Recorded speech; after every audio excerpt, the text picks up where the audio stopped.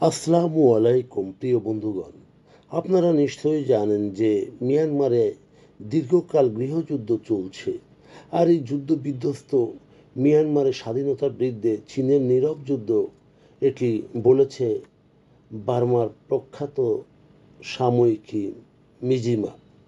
বিশেষ করে 2025 সালের প্রায় শেষ লগ্নে অতিক্রম করছে, কিন্তু মিয়ানমারের নৃশংস হত্যাকাণ্ড বা গৃহযুদ্ধ থামার কোনো লক্ষণ দেখা যাচ্ছে না। প্রতিরোধ বাহিনীর লড়াই চালিয়ে গেলেও তারা শক্তিশালী এক অদৃশ্য প্রতিপক্ষের মুখোমুখি হচ্ছে প্রতিনিয়ত। সেটি হলো চীন। সর্বসমক্ষে নিরপেক্ষ থাকা সত্ত্বেও বেইজিং মিয়ানমারের জান্তা সরকারের জীবনরেখা হয়ে উঠেছে। অস্ত্র, অর্থ, কূটনীতি সর্বক্ষেত্রে চীনের সম্পৃক্ততা স্বৈরাচারের পক্ষে নিয়ে যাচ্ছে। 2021 সালে মিয়ানমারের সেনাবাহিনী এক অভ্যুত্থান বলে ক্ষমতা দখল করে নেয়, যা বিশ্বের বেশিরভাগ দেশ নিন্দা জানিয়েছে। শুধুমাত্র চীন এই অভ্যুত্থানের নিন্দা করেনি, বরং সামরিক সরকারকে বিভিন্ন আন্তর্জাতিক ফোরামে স্বাগত জানিয়েছে।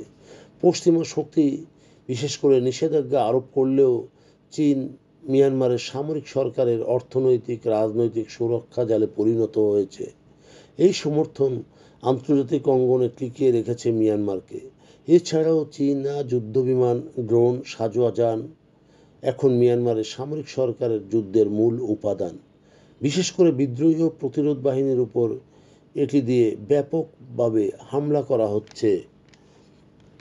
বেসামরিক নাগরিকদের হত্যা, অবকাঠামো ধ্বংস সহ চীনা সংস্থাগুলির নজরদারি সামগ্রী সরবরাহ করছে। শহর ও সীমান্তগুলিতে বিরোধীদের প্রতিরোধ বাহিনীর নেটওয়ার্ক, সেটিও হ্যাক করতে সাহায্য করছে চীন। প্রতি সপ্তাহে আকাশে যে অজস্র ড্রোন দেখা যায় তার বেশিরভাগই চীনা। বেইজিং ভান করে যে তারা জড়িত নয়।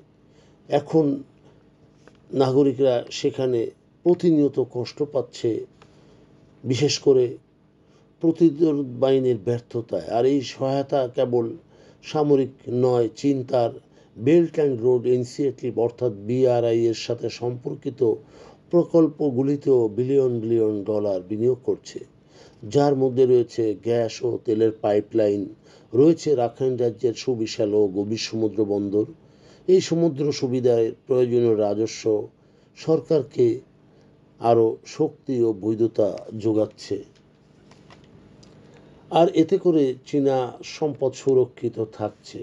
আবার কোথাও কোথাও হাস্যকরভাবে বিদ্রোহীদের সাথে চীনা সম্পর্ক ধরে রেখেছে। বিশেষ করে কাচিন ইন্ডিপেন্ডেন্ট আর্মি ও ইউনাইটেড ওয়াই স্টেট আর্মির মতো গোষ্ঠীগুলির সাথে আলাপচারিতায় অবকাঠামো আক্রমণকে বন্ধ রেখেছে চীনা চাপ।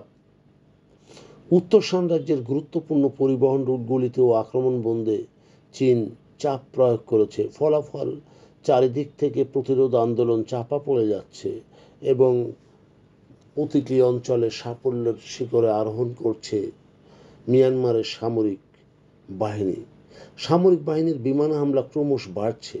বেইজিং দাবি করে যে তার লক্ষ্য হলো এতদ অঞ্চলের আঞ্চলিক স্থিতিশীলতা ধরে রাখা, কিন্তু বিশ্লেষকরা বলছেন অন্য কথা।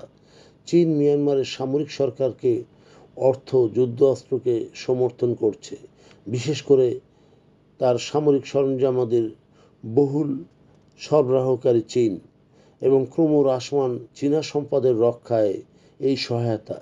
চীনের ছায়ায় ক্রমশ বাড়ছে সামরিক সরকারের তৎপরতা।